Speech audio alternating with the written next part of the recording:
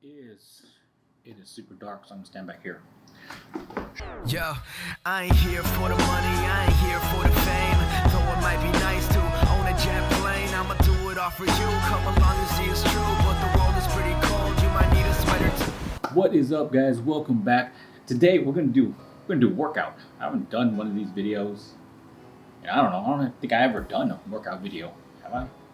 Maybe. I'm not sure. But we're gonna start doing workout videos. Today I'm gonna go do back. It's just harder when it's just you and you have no one to film you, but we'll try. We're gonna get to it. We're gonna start doing some workout videos in the garage gym, so get you guys familiar with the garage gym, get used to it, and I'll do a kind of like a update and tour of the home gym also soon. I'll get that video going. I actually started that video. Got like some B-roll and stuff like that of the equipment. Now I just got to do the bigger chunk of it and actually take you guys on a tour. Anyhow, again, today's a back workout. Let's see how we can do this. I love back. Back is like one of my favorite things to work on, favorite body part to work on, and then some people have said that's like my best quality is my back, back and my waist. So that's a good combo to have: tiny waist and nice big long wide back. But now it's time to add some thickness to the back, get that 3D look. That's what the whole plan is to do this first half of the year, is to start packing on some size in the back, or try to pack on some size. Anyhow, I've been talking too much. Let's get to this workout. All right, guys, as you can see here, I'm starting off my back warm-ups with pull-ups. Now, I can't say this enough, but pull-ups is the best way to warm up your back. It activates your traps, your rhomboids, and your lats. And it is just great body weight exercise. It's just you against gravity, and it's also like the foundation of a good back. So if you're not doing pull-ups, you're not going to build a good back, in my opinion. Warmed up on the pull-ups. I haven't been doing a lot of pull-ups in a while, so starting to incorporate them, especially in my back. One of my back days, I like to incorporate them as a warm-up. Right now I'm just doing 50, so 5 sets of 10 just for now, because getting used to doing it again. And then after a while I incorporate that warm-up, I'll increase it to 100, and then maybe 150. We'll see. And that's what I used to do. I used to do like 150. Yeah, and that's just strictly for warm-up.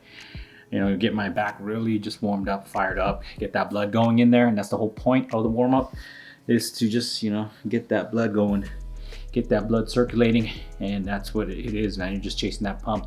The more blood you can get into the muscle, the more that muscle's gonna want to grow. So remember that. I'm still doing my warm-up sets. I'm gonna do some lat pull downs. Again, with these, you don't want anything too heavy. You're not trying to make it a working set.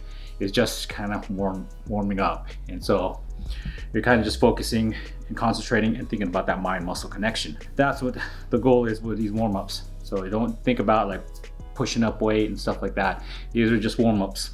And I know they can be, tedious and take up a lot of time, but trust me, it's beneficial.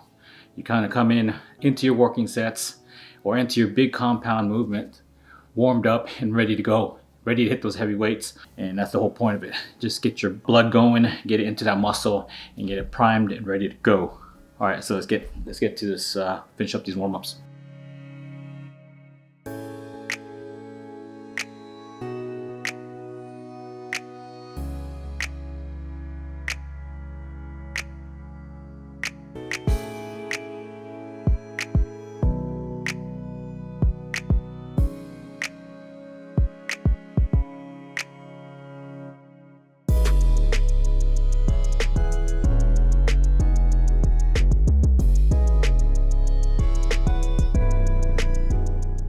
So warm up is done. Now I'm gonna go hit my big compound movement. I might get another one in. I usually like to do 2 for back, just because it's such a big muscle. I like to do 2 big movements, but depending on the time, I might have time to do 1, and depending on how I feel at this one, I'm gonna start off with this one. If I'm feeling it, then I'll probably push it to probably like 7 sets. and go up in weight a little bit. But if not, then I'll stop at like, 4 sets, and then it depends, I'll stop at, but typically like 4 sets. I'll stop at 4 and then move on to the next one. Well, we'll see. That's kind of like the way I train, instinctive, and I like it that way because it gives you flexibility. If you're really feeling something, why move on right away to another exercise, or why move on when you finish your set range of sets that you had in mind? Why not just stay in there, do a few more, sets, and just really get the most out of it? I think that's where you start seeing like real growth, and that's the way I like to approach things. So yeah, we're gonna go hit this T-bar row, and we'll see how it feels. All right, guys, here we go with one of my favorite back exercises is a T-bar row. Now here I'm just doing a couple warm-up sets just to get the feeling of the movement and the feeling of the weight. And then I start progressing up slowly in the weight, and just kind of finding a spot where I like that weight. Not too heavy, but like a good heavy that I can still rep it out. But I do want to make a note that once you get to the heavier sets, then you start losing your form a little bit, but try to maintain it as much as possible. Some heavy shit. Never talked about this before, but I had a scare before. It was like during shutdown and everything. Had T-bar row set up. Had different weights. Had iron weights back then. I was on the bulk phase, on the bulk stack, and so weights just felt like nothing to me. T-bar row, I'm just packing on the weight, just seeing how much I can do. And one time I brought it up, and as soon as I brought it up, I felt my lower, I didn't keep my freaking abs tight, my core tight. My back, I could feel the disc slip, really just slipped. And it's like when you go to a chiropractor and they crack your back, you get that release of air and pressure in there, and then you get up, you feel a little woozy. I freaked out and I stood up and I started getting lightheaded. I thought I was gonna like pass out and catch myself. And then the first thing I did was rush and get an ice pack and make sure that I put some an ice pack in there to minimize swelling of that was gonna happen. But honestly, it freaked me out. I thought I was gonna like freaking like get paralyzed, or something was gonna happen like that. I shifted my back that it just screwed me over. But I was sitting there seeing if I could still any tingling or anything like that. Nothing. So it was scary. So now when I go heavy on these, even though if I have my belt down now, I still don't want to go too heavy because I'm still afraid. And it was just all technique. I just had bad technique, just screwed me over. Be careful, dude. Make sure your techniques are solid, man. That's the most important thing. I know you sometimes just want to pound the weights or pull in the weights or push the weight. Focus on your technique. Don't worry about packing on the heavy weights and stuff like that. Seriously, that doesn't matter. I mean, if you injure yourself, then you're out anyway. You're out for a good amount of period.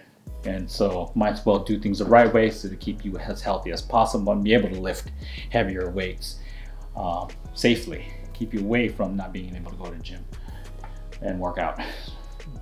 So always keep that in mind. Leave the ego at the door and just work out smart, basically. All right, I'm gonna go finish the last couple sets, and then we'll go from there.